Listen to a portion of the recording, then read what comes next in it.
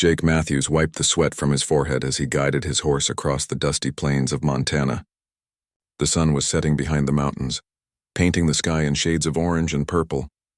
He had been checking his cattle all day, making sure they were safe from the coyotes that had been prowling around his ranch lately. As a third-generation rancher, Jake knew these lands like the back of his weathered hands.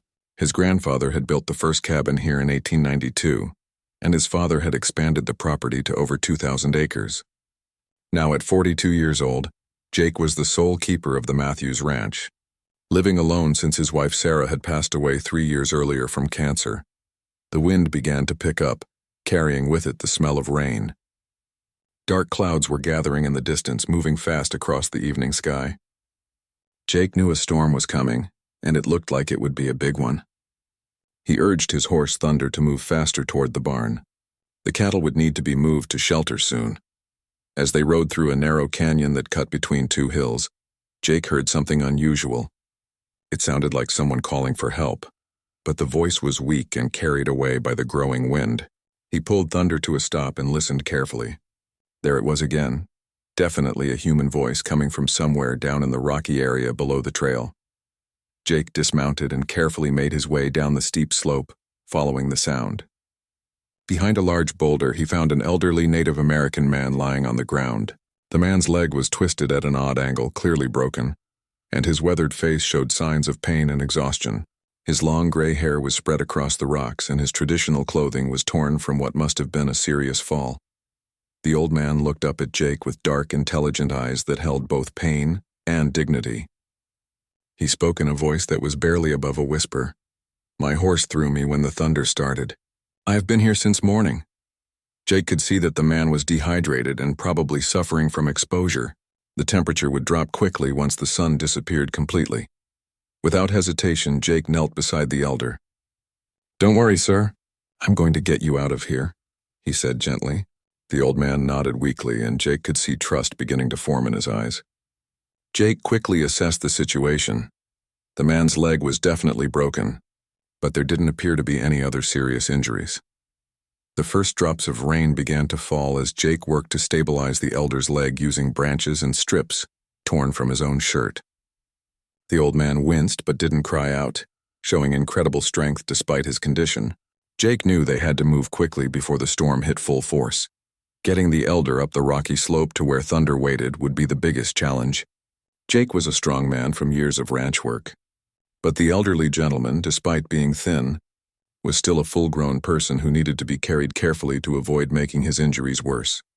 Thunder, trained to be calm in difficult situations, stood perfectly still as Jake managed to lift the elder and drape him carefully across the saddle. The old man gripped the saddle horn with determination, his knuckles white from the effort of staying conscious through the pain. The rain was coming down harder now, and lightning flashed across the sky. Jake led Thunder carefully along the muddy trail, one hand on the reins and the other steadying the injured man. Each step had to be precise. One wrong move could send them all tumbling down the canyon. By the time they reached Jake's ranch house, both men were soaked through and shivering. Jake's border collie, Rex, ran out to greet them, barking with concern as he sensed something was wrong. The warm glow from the windows of the house looked like a beacon of safety in the stormy darkness. Jake carefully carried the elder inside, settling him on the couch near the fireplace. The old man's lips were blue from cold and his breathing was shallow. Jake quickly started a fire and brought blankets, then went to call for medical help. But when he picked up the phone, there was no dial tone. The storm had knocked out the telephone lines. The nearest hospital was 40 miles away, and the roads would be dangerous in this weather. Jake made a decision that would change both their lives forever. He would care for the elder himself until the storm passed and help could arrive. As he looked into the old man's grateful eyes, Jake had no idea that this simple act of human kindness was about to connect him to something much larger than himself. Jake worked through the night, tending to the elder with the same care he had once given his sick cattle during harsh winters. He splinted the broken leg properly using wooden planks from his workshop and clean cloth from Sarah's old sewing supplies. The elder remained conscious, watching Jake's every movement with growing respect. "What is your name?" Jake asked softly as he adjusted the blankets around the old man's shoulders. The fire crackled warmly in the background, casting dancing shadows on the log walls of the ranch house. I am called White Eagle, the elder replied, his voice stronger now after drinking the hot soup Jake had prepared. I am from the Crow Nation Reservation, about 30 miles north of here. I was riding to visit my grandson when the storm caught me. His English was clear and precise, spoken with the careful dignity of someone who had learned it as a second language. Jake nodded, feeling honored that the elder had shared his name. He had lived on this land all his life but had rarely interacted with the Native Americans from the nearby reservation. His grandfather had told him stories about the early days when the relationship between ranchers and tribal members had been complicated and sometimes hostile. But those times seemed like ancient history now. As the night wore on, White Eagle began to share more of his story. He was 73 years old and served as one of the spiritual leaders for his people. He had 3 children, 12 grandchildren, and 4 great-grandchildren. His wife of 50 years had died the previous spring, and he was still learning how to live without her constant companionship. Jake found himself opening up as well, telling White Eagle about Sarah's long battle with cancer and how empty the ranch had felt since her passing. He spoke about the loneliness that came with working such a large property by himself, and how some days he questioned whether he should sell the land and move to town. White Eagle listened with the patient attention that comes from a lifetime of counseling others. Grief is like a wild horse, he said thoughtfully. The more you fight it, the more it fights back. But if you learn to ride with it, eventually it will take you where you need to go. By 3 in the morning, the storm had intensified. Rain pounded against the windows and the wind howled around the corners of the house. Jake checked the splint on White Eagle's leg and was pleased to see that the swelling had gone down slightly. The elder's color was much better, and his breathing had returned to normal. Jake made coffee and sat in the chair beside the couch where White Eagle rested. The old man's eyes were bright and alert despite the late hour and his ordeal. You have a healing touch, White Eagle observed. My leg feels much better and my spirit feels restored. This is a gift not everyone possesses. The elder went on to explain that he had been worried about his grandson, Michael, who was struggling in college and thinking about dropping out. White Eagle had been riding to the reservation's education center to speak with the counselors there about how to help the young man find his path in life. Jake shared his own concerns about the future of his ranch. Beef prices had been dropping, and the cost of maintaining such a large operation by himself was becoming difficult. He had been considering offers from developers who wanted to buy his land for a housing subdivision, but the thought of seeing his family's legacy turned into suburban neighborhoods made his heart ache. As dawn approached, the storm finally began to weaken. The rain softened to a gentle patter, and the lightning moved farther away into the distance. Jake dozed in his chair, exhausted from the long night of caregiving. White Eagle remained awake, studying the photographs on Jake's mantelpiece, pictures of 3 generations of the Matthews family working the land, as well as several photos of Jake and Sarah during happier times. When Jake woke at sunrise, he found White Eagle sitting up straighter, his eyes focused intently on something outside the window. Jake followed his gaze and saw a small herd of elk grazing peacefully in the meadow beyond the barn, their brown coats gleaming in the early morning light. They came to check on us, White Eagle said with a slight smile. Animals can sense when healing is taking place. They are drawn to it. Jake had never thought of it that way, but he realized that the presence of the elk did feel like a blessing, a sign that they had made it through the dangerous night safely. The telephone lines were still down, but Jake felt confident that White Eagle was stable enough to make the trip to the hospital now that the storm had passed. However, the elder had other ideas. Before we go, White Eagle said, I would like to offer you something in return for your kindness. White Eagle reached slowly into his leather pouch, moving carefully to avoid jarring his injured leg. From within the worn bag, he pulled out a small object wrapped in soft buckskin. Jake watched with curiosity as the elder unwrapped what appeared to be a carved stone eagle, no bigger than a man's thumb, with intricate details that must have taken weeks to complete. This belonged to my grandfather's grandfather, White Eagle explained, holding the carving with obvious reverence. It has been in our family for over 150 years. Legend says it brings protection to those who show true kindness to strangers. He extended his weathered hand toward Jake. I want you to have it. Jake was stunned. He knew enough about Native American culture to understand that family heirlooms like this, were incredibly precious and rarely given to outsiders. "I can't accept something so valuable," he protested. "I just did what any decent person would do." "You don't owe me anything." White Eagle's eyes crinkled with amusement. "That is exactly why you must accept it. A person who saves another's life and then says he has done nothing special is the kind of person who deserves such a gift."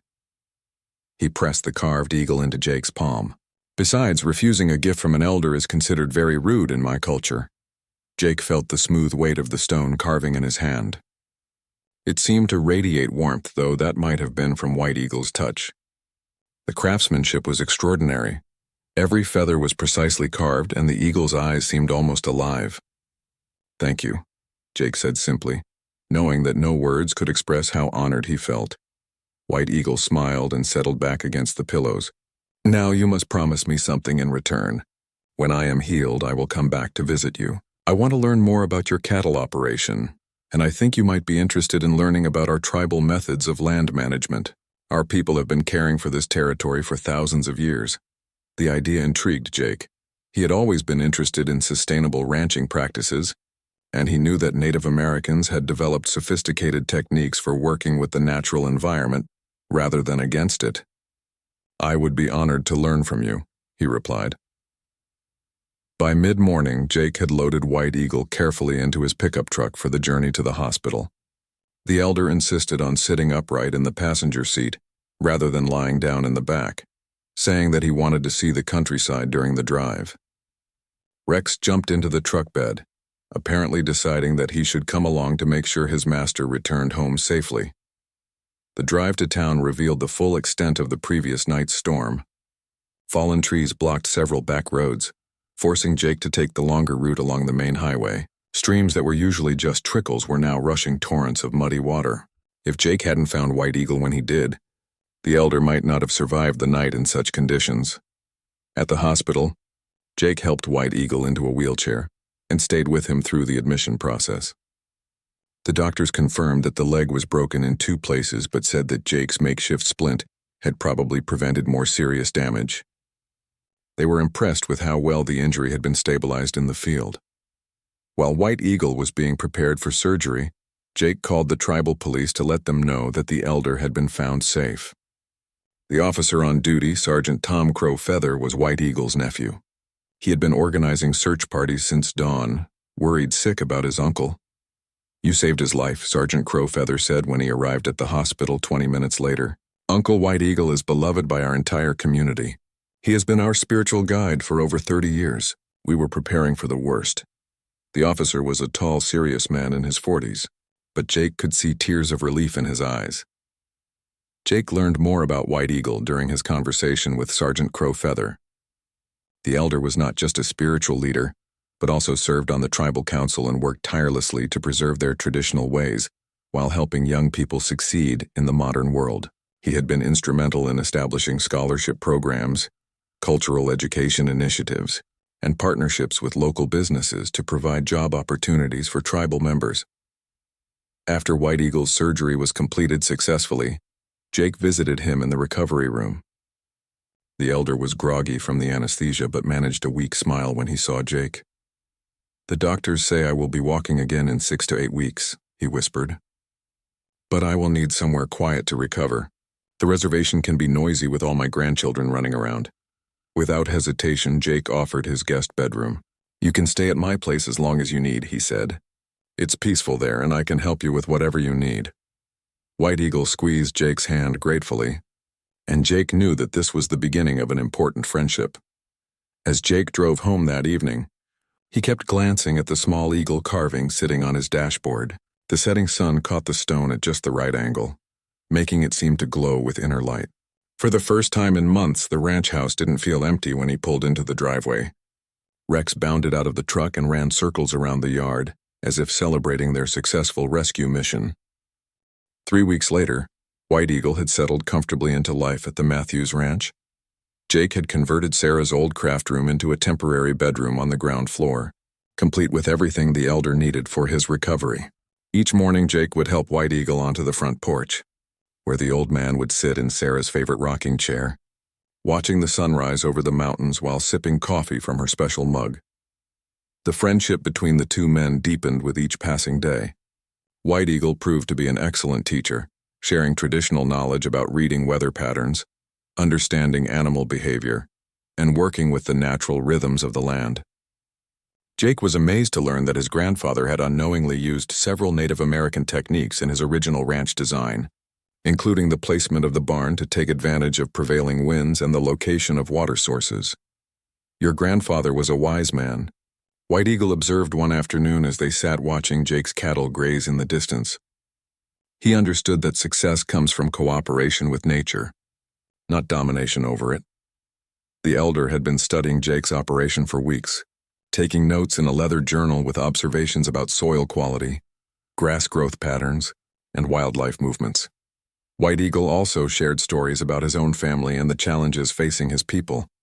He spoke with particular concern about his grandson Michael, the college student he had been riding to visit when the accident occurred. The young man was struggling to find his place between traditional tribal culture and the demands of modern education. "He feels torn between two worlds," White Eagle explained. "At college, some classmates don't understand his background, and at home, some elders worry that education will take him away from his roots. I have been trying to help him see that he can honor both paths."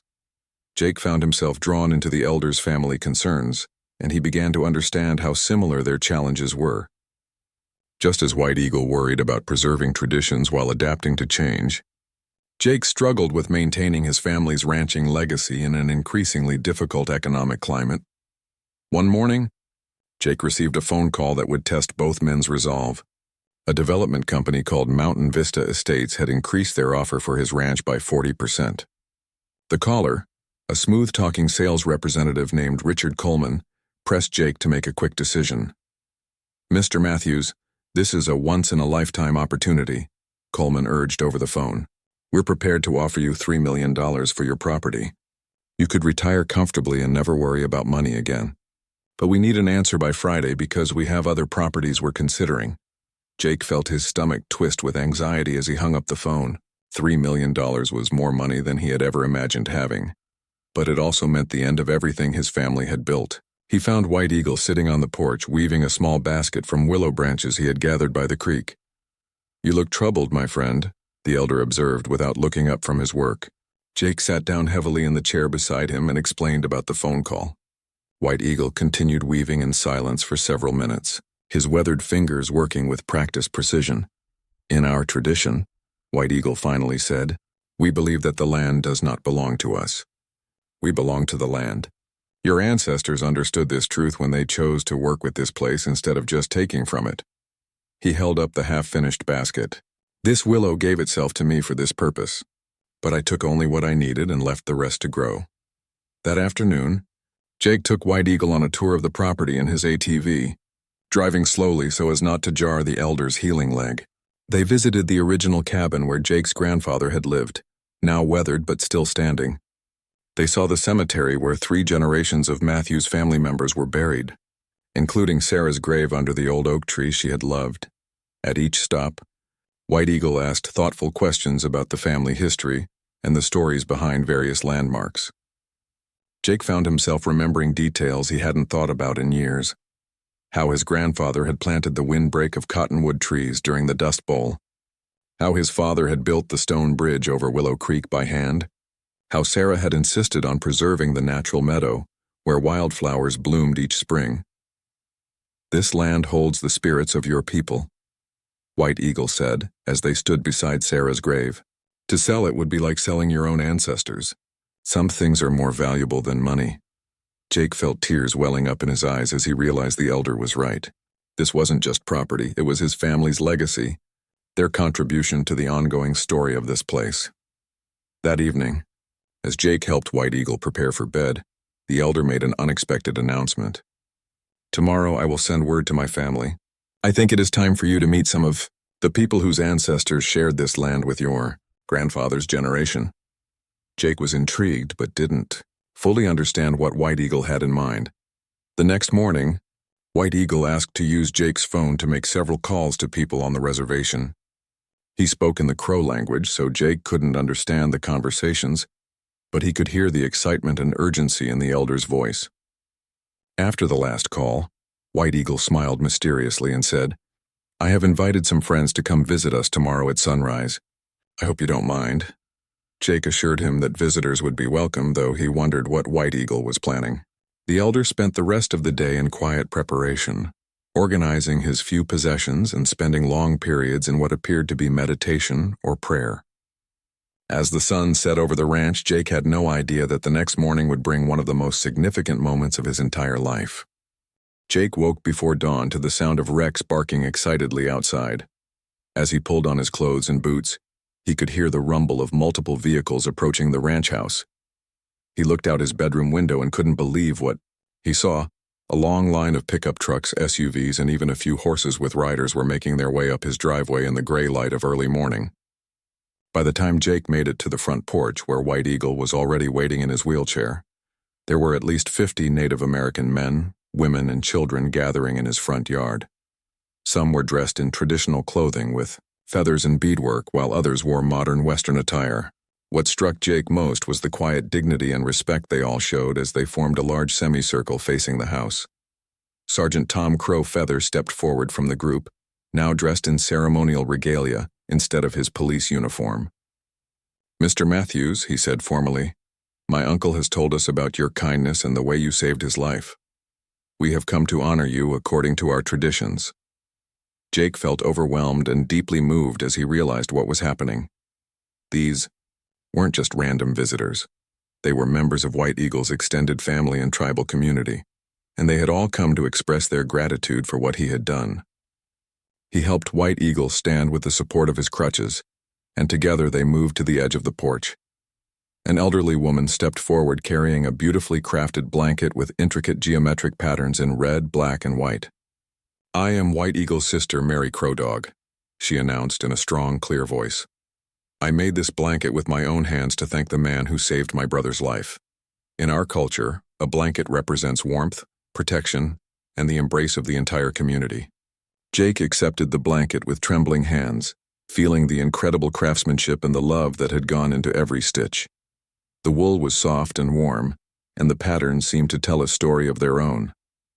"Thank you," he managed to say, though the words felt inadequate for such a magnificent gift. One by one, other community members stepped forward with their own gifts and words of gratitude. A young man presented Jake with a hand-carved walking stick topped with a wolf's head. A group of children sang a traditional song in the Crow language that White Eagle later translated as a blessing for good health and prosperity. An old man gave Jake a pouch of sacred tobacco, explaining that it should be used for prayers during difficult times. But the most meaningful moment came when a young woman in her 20s approached with a shy smile. "Mr. Matthews," she said, "I'm Michael White Eagle, the grandson my great-uncle was riding to visit when you found him." Jake was surprised to realize that Michael was a young woman, and he understood that White Eagle had been using the traditional Crow approach of not specifying gender when talking about family members. "Great-uncle told me about your conversation regarding college and finding my path between two worlds," Michael continued. "Your kindness to him inspired me to keep trying. I just wanted you to know that I'm graduating next month with a degree in environmental science, and I hope to use my education to help protect our traditional lands." Jake felt a lump in his throat as he realized that his simple act of helping White Eagle had somehow contributed to this young woman's success. White Eagle beamed with pride as he introduced Michael and explained her plans to work for the Tribal Environmental Protection Agency. As the formal presentations concluded, the gathering took on a more relaxed atmosphere. People began sharing food they had brought, and Jake found himself in dozens of conversations about ranching, tribal history, environmental conservation, and family traditions. He was amazed by the diversity of the group. There were teachers, business owners, artists, veterans, college students, and tribal elders, all united by their connection to White Eagle and their gratitude for Jake's actions.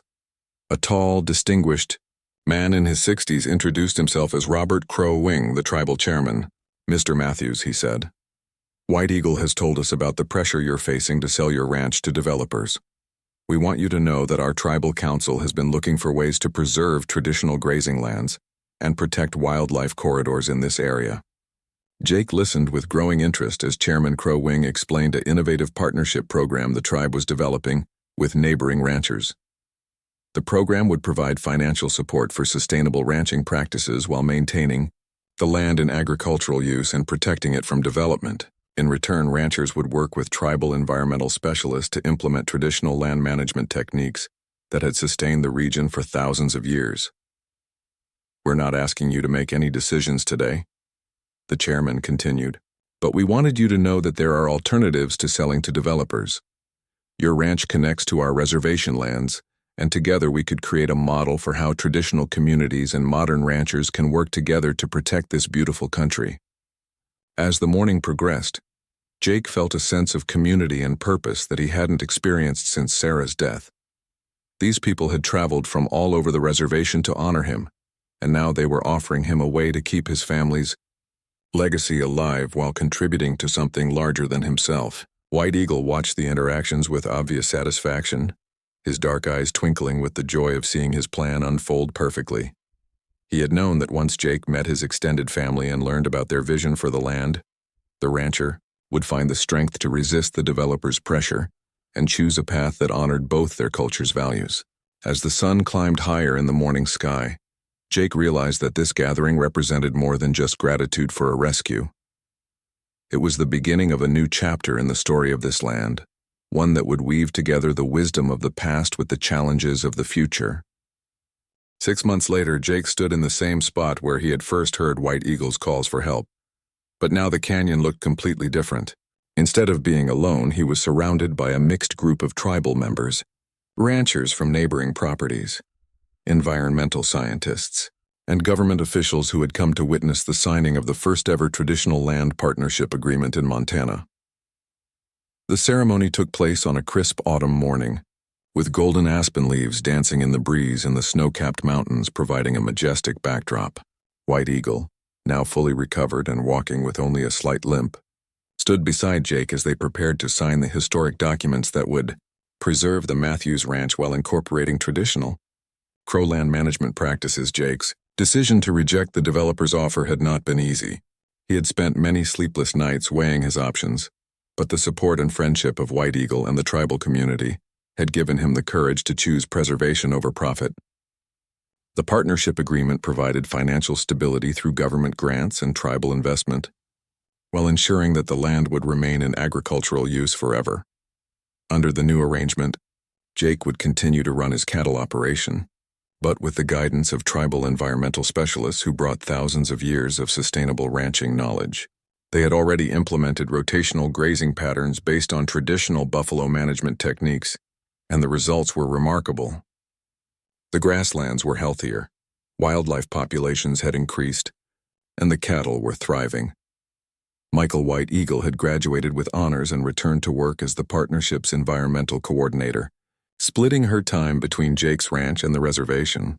Her fresh perspective and scientific training complemented the traditional knowledge of the tribal elders, creating innovative solutions to modern land management challenges. "Today we prove that different cultures can work together to protect what we all love," White Eagle said as he addressed the crowd of observers. "This land has seen many changes. It has watched buffalo herds give way to cattle, seen conflicts between peoples become cooperation, and now it witnesses traditional wisdom joining with modern science." Jake felt a deep sense of satisfaction as he signed his name to the agreement. Sarah's grave was visible from where they stood under the oak tree, whose leaves were now brilliant orange and red. He could almost feel her approval, knowing that she would have loved the idea of the ranch becoming a model for conservation and cultural cooperation. The partnership had already attracted attention from universities and environmental organizations across the country. Students were coming to study the integration of traditional and modern ranching techniques, and several other ranchers in the region were exploring similar agreements with local tribes. Rex, now graying around the muzzle but still energetic, ran between the groups of visitors as if he were hosting the gathering himself. The old border collie had become famous on the reservation for his role in the rescue, and children always gathered around him whenever tribal members visited the ranch. As the formal ceremonies concluded, people began to share food and stories under a large tent that had been set up near the barn. Jake found himself in conversation with a documentary filmmaker who wanted to tell the story of how a simple act of kindness had grown into a movement for land conservation and cultural bridge building. What started all this was just doing the right thing, Jake told the filmmaker. I saw someone who needed help and I helped him. Everything that came after grew out of that basic human connection. He paused to wave at a group of tribal children who were playing with wrecks near the corral. White Eagle taught me that when you care for the land and care for people, they'll care for you in return. White Eagle approached, leaning on the carved walking stick that had been one of the gifts from the community gathering. At 74, he remained active and involved, serving as the partnership's cultural advisor and spiritual guide. You know, he said to Jake with a mischievous smile, I never told you the rest of the legend about that eagle carving I gave you. Jake pulled the small stone eagle from his pocket, where he had carried it every day since receiving it. The carving had developed a smooth patina from being handled so often, and Jake had come to think of it as his good luck charm. The legend says that the eagle doesn't just bring protection to the person who receives it, White Eagle continued. It also brings that person a new family, new purpose, and the wisdom to see connections where others see only differences. He gestured toward the mixed crowd of ranchers and tribal members sharing food and laughter around them. I think the legend might be true. As the sun began to set behind the mountains, painting the sky in the same orange and purple hues that Jake remembered from that stormy evening 6 months earlier, the last visitors began to head home. Jake stood on his front porch watching the taillights disappear down the driveway. But this time he didn't feel alone. White Eagle had decided to stay at the ranch permanently, occupying Sarah's old craft room that had been converted into a comfortable apartment. The elder joked that someone needed to make sure Jake didn't get too set in his ways, but Jake knew the real reason. They had become family, bound together by shared purpose and mutual respect. The phone rang inside the house and Jake smiled as he recognized the caller. It was another rancher from Wyoming, asking about the partnership program and wondering if similar arrangements might be possible in his area. Jake had fielded dozens of such calls in recent weeks, as word spread about the success of their innovative collaboration. As Jake headed inside to take the call, he paused to touch the small eagle carving in his pocket one more time. What had started as a rescue in a canyon had become a rescue of a different kind, saving not just a man's life, but a way of life, a piece of land, and the bridge between two cultures that had too often been kept apart. The Matthews Ranch was no longer just Jake's family legacy. It had become something larger and more meaningful, a symbol of what was possible when people chose cooperation over conflict, preservation over profit, and respect over fear. The story that began with 50 warriors gathering at sunrise had grown into something that would benefit generations yet to come.